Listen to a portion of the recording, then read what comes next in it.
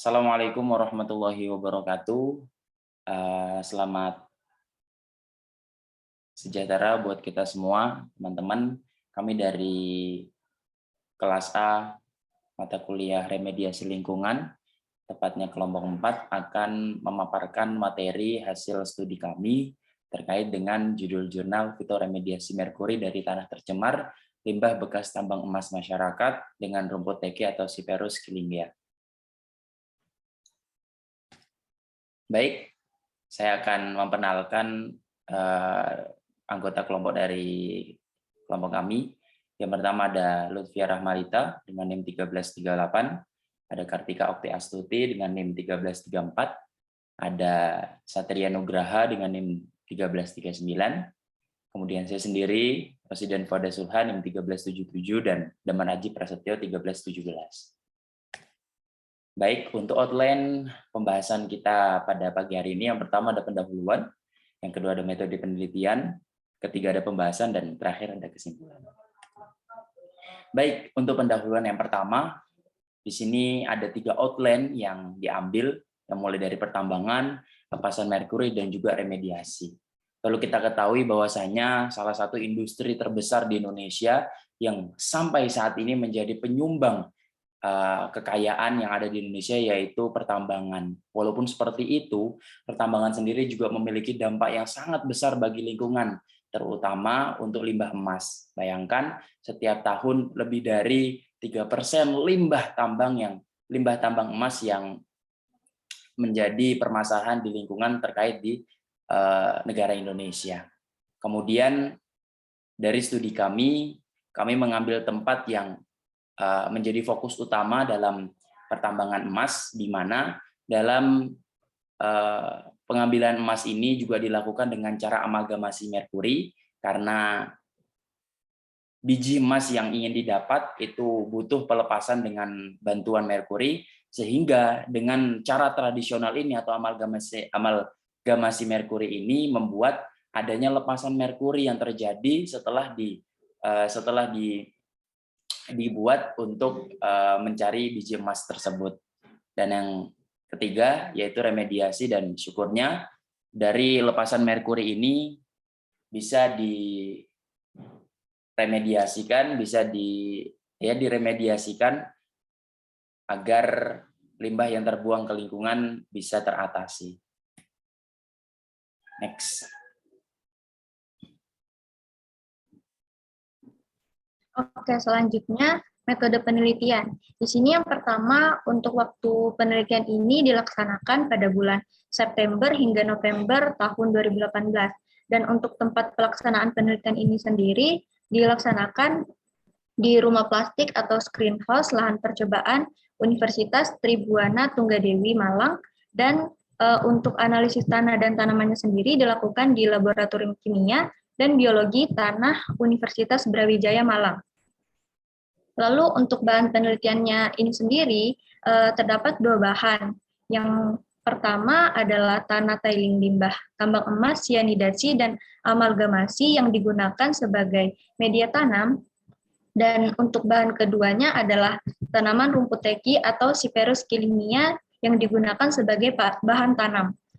Lalu selanjutnya rancangan penelitian.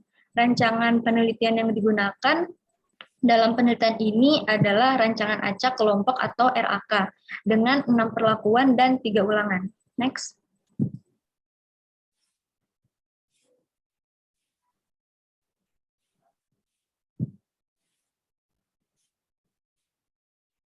Nah, di sini merupakan tabel perlakuan penelitian untuk tiling 1 dan tiling 2, di mana penelitian ini dilakukan dengan menanam tanaman Cyperus kyllingia di polybag dengan ukuran 5 kg dengan perbandingan tanah dan tiling emasnya yaitu 70% banding 30%.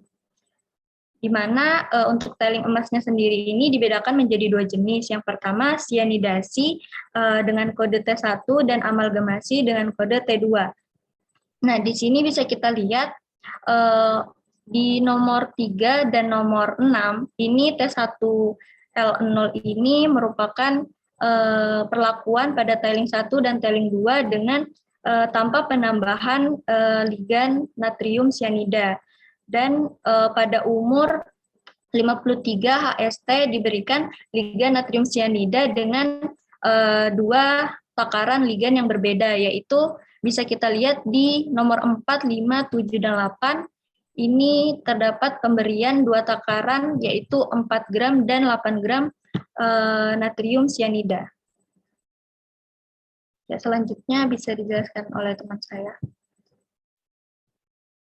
Baik, selanjutnya ada hasil dan pembahasan. Yang pertama ada pertumbuhan tanaman, di mana pertumbuhan tanaman sendiri di sini ada 3, yaitu jumlah daun, jumlah anakan, dan pada panjang tanaman. Nah, untuk jumlah daun sendiri, ternyata perlakuan ligan itu tidak berpengaruh nyata pada jumlah daun tanaman pada tanaman Cyperus killinia. Nah, jadi untuk T1L0 dan T2L0 sendiri itu dia terus mengalami peningkatan pada pertumbuhan jumlah daun, sedangkan untuk T1L1, T1L2, dan T2L1 itu mengalami sedikit peningkatan. Nah, untuk peningkatan tertinggi sendiri yaitu pada T2L0 karena pertumbuhan daunnya sebanyak 75 daun, dan untuk rata per minggunya yaitu 14 daun per minggunya. Nah, sedangkan untuk jumlah anakan untuk T1L0 dan T2L0 sendiri itu sama seperti jumlah daun, bahwa ligannya itu ternyata berpengaruh pada jumlah anakan tanaman Cyperus killinia ini. Nah, jadi untuk T1L0 dan T2L0 ini dia terus mengalami peningkatan, sedangkan untuk T1L1, T1L2, dan T2L1 dia hanya mengalami sedikit peningkatan. Nah, untuk jumlah anakan sendiri terdapat pertumbuhan tertinggi yaitu pada T2L0, di mana sebanyak 21 daun, dan untuk rata per minggunya yaitu 2 daun per minggu. Nah, sedangkan untuk panjang tanaman Cyperus killinia ini dia sedikit berbeda dengan jumlah daun dan jumlah anakan. Ternyata pada panjang tanaman dia tidak berpengaruh nyata untuk panjang tanaman, sehingga ketika untuk T1L0 dan T2L0-nya itu dia mengalami peningkatan, ternyata pada T1L1 dan T2L1 serta T2L2 dia tidak mengalami peningkatan sama sekali. Nah, untuk pertumbuhan panjang tanaman tertinggi sendiri itu pada T1L1 dengan panjang tanaman 52 cm dan tidak mengalami peningkatan setelahnya. Kemudian untuk terendahnya sendiri yaitu pada T2L1 dengan rata-rata panjang tanaman 42 cm dan tidak mengalami pertumbuhan selanjutnya. Next. Nah, untuk berat keringnya sendiri bisa dilihat pada tabel bahwa berat kering total tertinggi itu pada T1L0 dengan berat kering totalnya 30,23 gram per tanamannya, sedangkan untuk total terendahnya sendiri yaitu pada perlakuan T2L2 dengan berat kering totalnya 14,23 gram per tanaman. Next. Nah, ini merupakan contoh gambar dari berat kering akar Cyperus killinia, bahwa berat kering akar tertinggi itu didapat dari perlakuan T1L0, bisa dilihat juga pada grafik, yaitu sebesar 3,87 gram. Next. Nah, selanjutnya ada berat kering tajuk tanaman Cyperus killinia dan serapan Hg total Cyperus killinia. Nah, dari hasil analisis seragam tersebut menunjukkan bahwa ternyata keduanya itu pada perlakuan ligannya itu berpengaruh nyata, yaitu pada berat kering tajuknya tadi dan pada serapan Hg totalnya. Next. Nah, kemudian ini merupakan perbandingan di mana ada dua serapan Hg, yaitu yang pertama pada akarnya, kemudian pada tajuk. Nah, bisa dilihat dari jumlah serapan per miligram per kilogramnya sendiri, setiap perlakuan itu bahwa dilihat ternyata memang serapan Hg yang optimal itu yaitu pada serapan Hg pada tajuk tanaman Cyperus killiangiae sendiri. Next.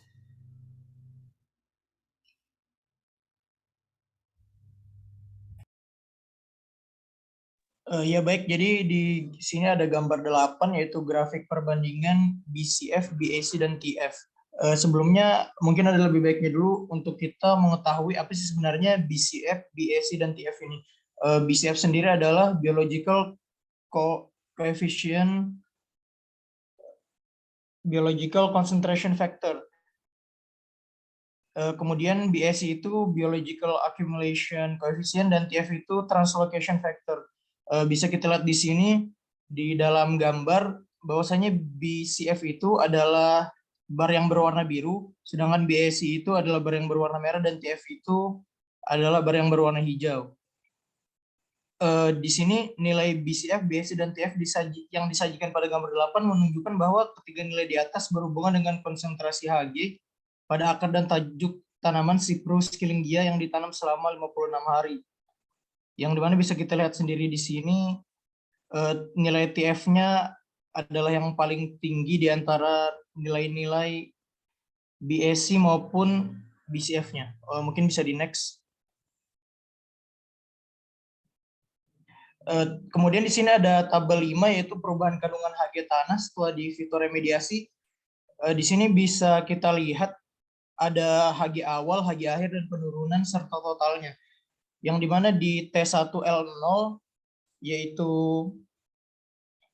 yaitu tanah tailing cyanidasi yang awalnya adalah 327, itu dia menjadi 75,50 yang mana penurunannya adalah 305,8. Dari tabel ini dapat kita ketahui juga bahwasanya penurunan kadar Hg pada tanah tailing cyanidasi tertinggi itu bisa kita dapatkan pada perlakuan T1L2 yaitu sebesar 95,96%, dan terendahnya itu ada di T1L0 yang mana persen removalnya itu ada 93,57%.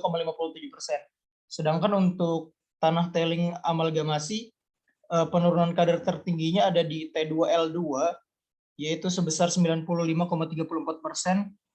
dan yang terendahnya ada di T2L0 dengan persen removal sebesar 93,49%. Mungkin bisa di next.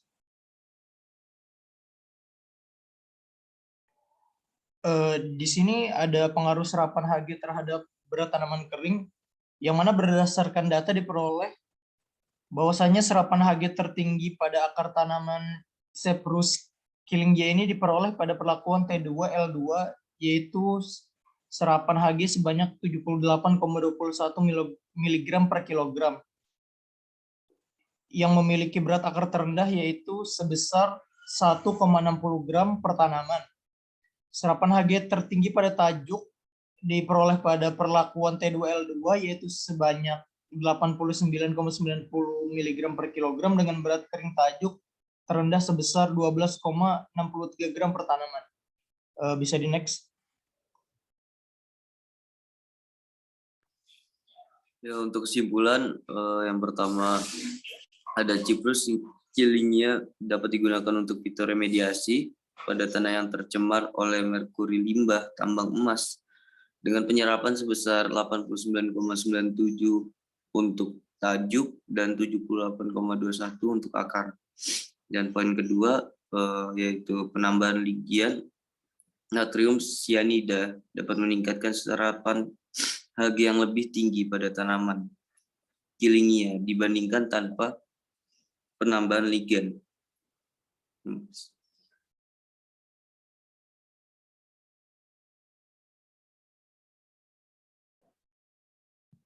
Baik, teman-teman semua, inilah presentasi dari kelompok kami. Apabila ada saran, tanggapan, ataupun interupsi, bisa cek di kolom komentar. Terima kasih. Kami akhiri. Assalamualaikum warahmatullahi wabarakatuh.